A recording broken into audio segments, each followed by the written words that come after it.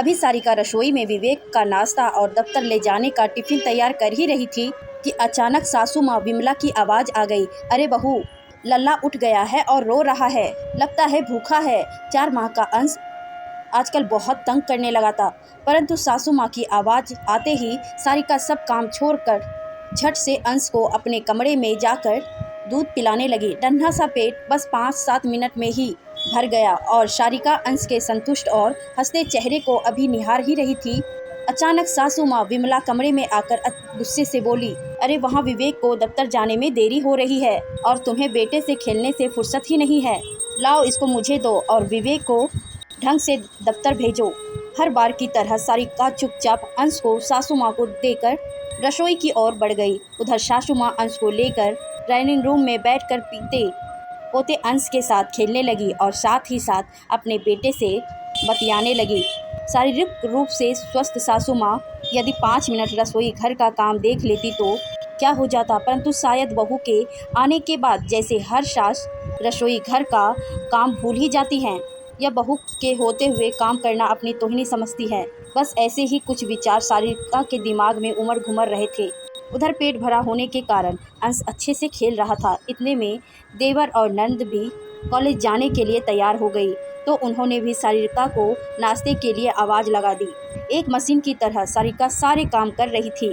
कल तो पूरी रात अंश की वजह से सो भी नहीं पाई थी। आजकल सर्दियों में रात में बहुत बार उठता था। उतने में नंद रिया की आवाज़ आई, भाभी लो, अंश अपने कपड़े गंदे कर दिए, आकर इसको कपड़े बदल दीजिए। बस मम्मी जी का और अपना पराठा सेक कर आती हूँ, रिया कहते हुए सारिका ने और जल्दी जल्दी हाथ चलाने शुरू कर दिए। अरे बहू, अब आ भी जा, गुस्से से विमला जी बोली। सासू माँ का पराठा बनाकर अपना पराठा बिना बनाए सारिका ने सासू माँ को नाश्ता पकड़ाया और अंश को उठाकर गुसल खाने की ओर भागी।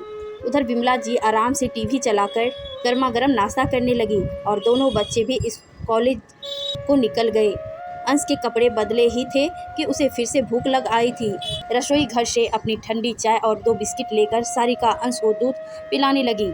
अब उसमें अपने लिए नाश्ता बनाने के लिए हिम्मत नहीं थी।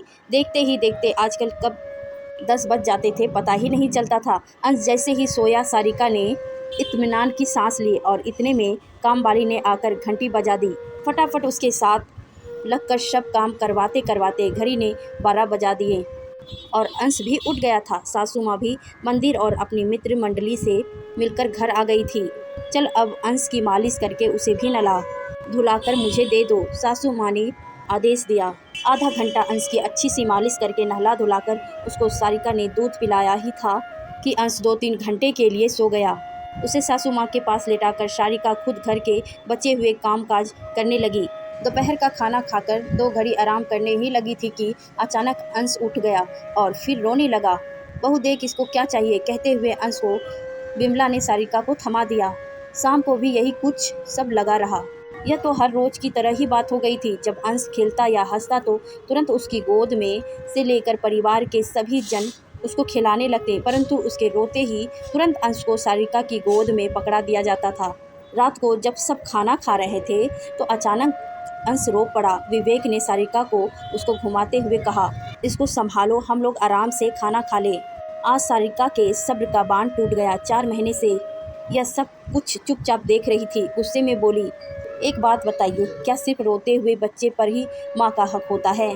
जब अंश खेलने के मूड में होता है तो उस समय रसोई घर में सबकी फरमाइश पूरी करती हूँ और जैसे ही यह रोने लगता है तो इसको मेरी गोद में थमा दिया जाता है। आखिर मुझे भी तो मेरे बच्चे के साथ खेलने का मन करता है। ऐसा कब तक चलेगा?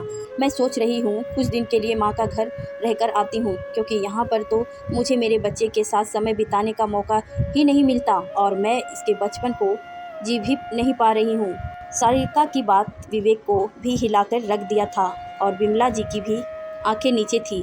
मन ही मन सोच रही थी कि बहू कह तो ठीक रही है, इसीलिए पहली बार उन्होंने बहू का कोई विरोध नहीं किया। सारिका नम आंखों से अंश को उठाकर चुपचाप अपने कमरे में चली गई। आज सारिका का सवाल विमला और विवेक को पहली बार निरुत्तर कर गया था।